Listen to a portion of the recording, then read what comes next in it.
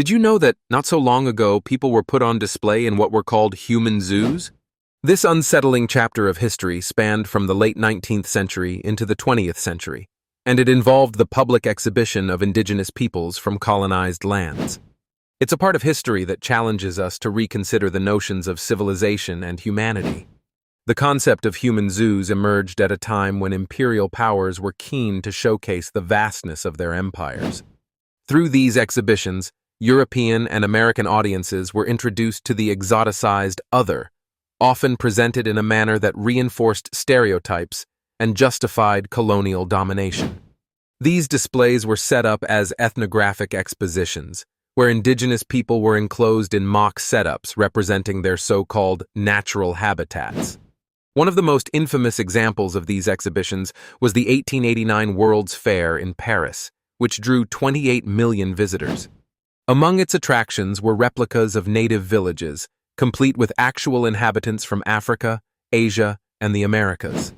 They were presented like living dioramas, performing daily activities to entertain the crowds. This wasn't just a European phenomenon. The practice spread to the United States as well.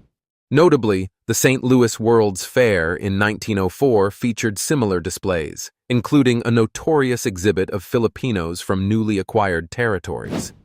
The individuals who found themselves in these zoos endured significant hardship. They were subjected to harsh living conditions, intense scrutiny, and dehumanizing treatment.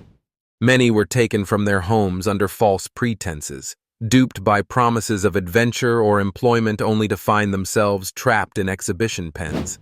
The psychological and physical toll on those exhibited was profound, as they were forced to adopt and perform assumed stereotypes for the curious onlookers. Interestingly, while these zoos purported to educate, they often did quite the opposite.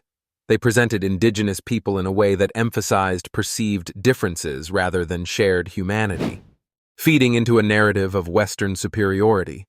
This spectacle of otherness was a powerful tool for reinforcing colonial ideologies, perpetuating the idea that these individuals were primitive, and therefore in need of Western intervention. Criticism of human zoos was present even at the time, with voices emerging to condemn the practice as exploitative and inhumane. However, it wasn't until the mid-20th century that such exhibitions began to decline, as shifting social attitudes and the gradual dismantling of colonial empires rendered them increasingly unacceptable. Despite their eventual disappearance, the legacy of human zoos lingers. They serve as a stark reminder of how power and prejudice can warp perceptions of humanity. They compel us to reflect on the injustices of the past and how those echoes still reverberate in present-day cultural understandings and representations. In conclusion, the history of human zoos challenges us to confront uncomfortable truths about our shared past.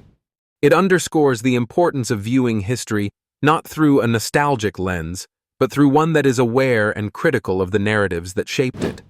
By acknowledging this history, we take a step towards a more inclusive and understanding world.